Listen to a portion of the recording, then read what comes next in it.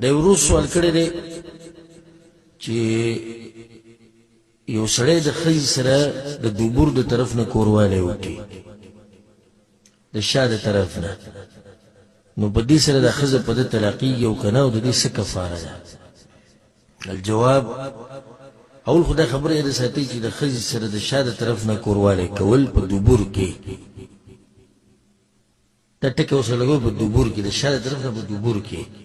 ځکه داسې وي چې د شا د طرف نه کوروالی کول حرام دي نو داسې هم کیدی چې د شا د طرف نه کوروالی وکړي په فرج کې نو دا خو جایز دي خو حرام دا دی چې د شا د طرف نه کوروالی وکړي په دوبور کې د ګناه کبیره ده پیغمبر صلی الله علیه وسلم وی او امام احمد بن حنبل رحمه الله حدیث راوړی صحیح سند دی ملعون من اتى امرأة في دبرها هغه سړي باندې د الله لعنت دی او ملعون دی چې د ښځې سره دبور طرف نه کوروالی کوي یو سزا خو دا چې د الله د رحمت نه درېږي په بل حدیث کې دا راځي چې الله سبحانه وتعالی دغه انسان ته نه ګوري په قیامت په ورځ د رحمت نظر به ورته الله نه کوي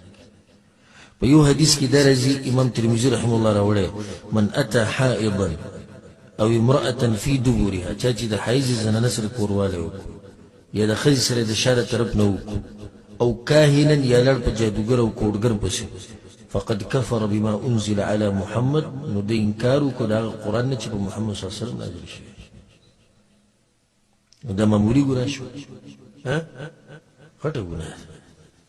ها د کومو زنانو چې فطرت برابري او د الله نه یېرېږي هغه خپل خاوندان د دې نه منع کوي خو بس زناور داسې چې ښځه ویېرئ چې زه به درته طلاق درکړم او زه به دې مړه کړم او زه به سره دا وکړم بس زناور یې مجبوره کړي او کله داسې ورته ووایي چې نه ما تپوس کړی دی او دا جایز دي موږ پسې داسې مسلې راغلي دي ډېر تپوسونه ما دې باره کې شوي ما د ښځې سره کوروالی کوي شا طرف اوس څه وکړو څومره ښایسته دین دی الله اجازت ورکړی دی نساؤکم حرث لکم ښځې ستاسو څه دي فصل دی دې فصل ته چې څنګه راځئ راځئ خو دوه خبرې پکې حرامې دي یو د ښځې سره کوروالی د حیض او د څلوېښتۍ په ورځو کې او دویم د ښځې سره کوروالی په دوبور کې د دې نه علاوه هغه حلالې طریقې ډېرې دي جایزې زه هغه تفصیل تاسو ته نشم کولی او مه تپوس کوه اوس لنډه خبره ده دوه حرامي دوه لارې او نورې څه دي جایز اوس ته راشي نه چې داسې کوي خو ما راته ووایي که دغه دوو نه ځان ساته نوره دې خپله عمل شي دا دوه ولې الله بندي کړي دي چې الله ما ته ووایي دا ښځه ستا دپاره جایزه ده ځه حلاله ده بیا راته ووایي دغه دوه نه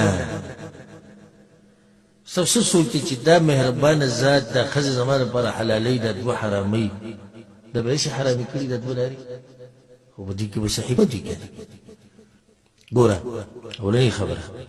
په زنانه باندې چې کله وینه راشي د حیض نو شریعت وایي کوروالی مه کوه ولې ځکه چې دا وینه ګنده ده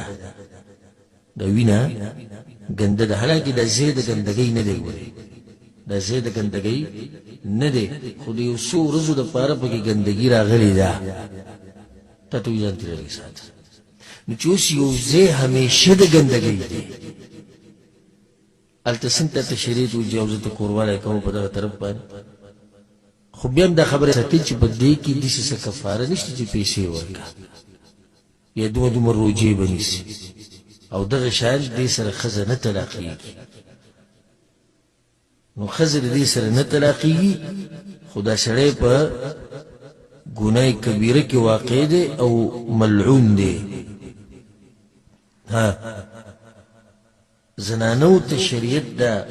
طریقه ښوولې ده چې دا به د خاوند سره دا خبره مني که نه به مني نه به مني ولې ځکه چې حدیث کې دا قانون ذکر شوی دی لا طاعة لمخلوق في معصية الخالق د مخلوق د خالق په نافرماني کې به د مخلوق خبره نه منل کېږي بعض علماء پکې دا لیکلي ده وایي دا به یې منع کړي منع به یې کړي نصیحت به ورته وکړي که بیا هم نه کېده نو د قاضي او د عالم او د حاکم او د امیر او د مشر خوا ته به ورشي او د دې خاوند نه دې طلاق واخلي ځکه چې دا خو د ملعون انسان سره ژوند تېری او په دې چې په هغه لعنت ویلی شوی دی دا ښځه د رحمتونو نه او د برکتونو نه څه ده محرومه ده والله